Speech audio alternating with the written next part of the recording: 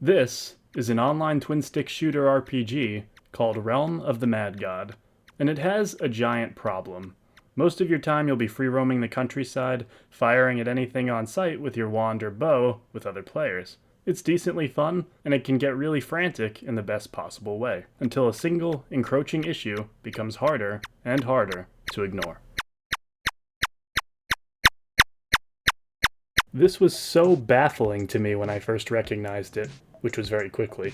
If you ever decide that, hey, I'm gonna go ahead and make a video game, do yourself a favor and ask this question.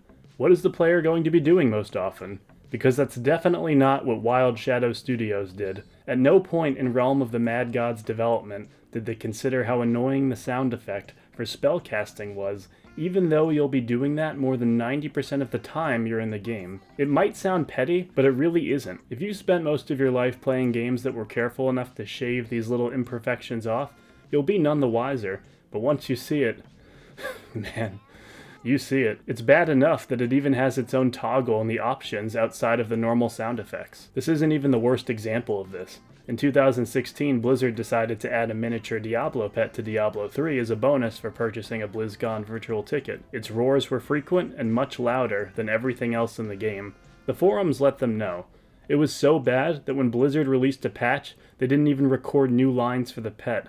Now it's just perfectly silent. There are other amusing examples like these two that I'll go over, but the point I'm illustrating here is that the little touches are so important to get right when you're considering your player's routine, especially if it has a bottomless playtime like Diablo's endgame or any indie roguelike. If your character does something crazy often, give it multiple sound effects. How far do you have to walk every time you respawn and have to get back to where you were?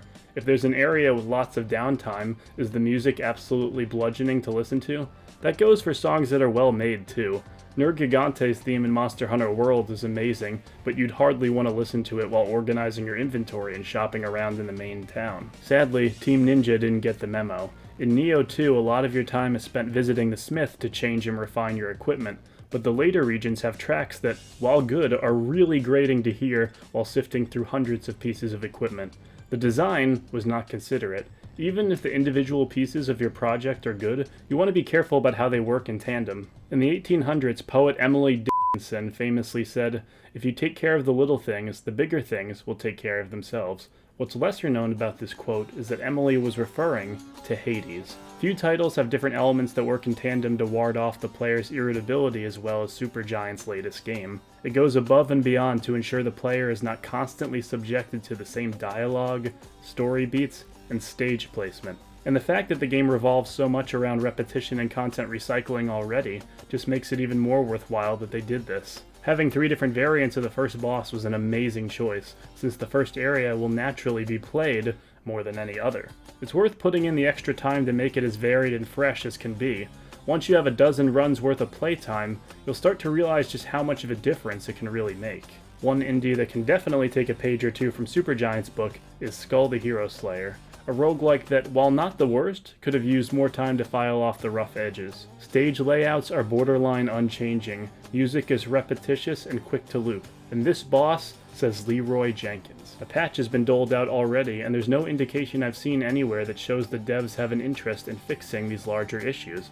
And I understand that they're difficult to fix, but man. Contrast the persisting problems of Skull with Overwatch, which patched out the background noise of these cars on the main menu simply because they were mildly irritating on release. Yes, Blizzard has more time and money than Skull's development team to allocate resources and fix problems, but that doesn't make a flawed game immune to criticism. This next example is particularly special and differs from others I've pointed out in this video. In Super Mario 3D World's latest release, several adjustments were made to the moveset so that players wouldn't feel as limited after coming off of Mario Odyssey. These include easier to perform special moves and mid-air rolls that allow you to get just a little bit of an extra height after a jump. This was much appreciated. Of course, it's only possible because of the resources at Nintendo's disposal, so it might not be as applicable to an indie studio, and sure, a lot of people might not be annoyed by leaving the game untouched in the first place, but I figured it was worth a mention. Video games are becoming more more and more of a harder beast to tame, with escalating development costs and pressing quotas, but it's very important to not forget about the finer details when it comes to design.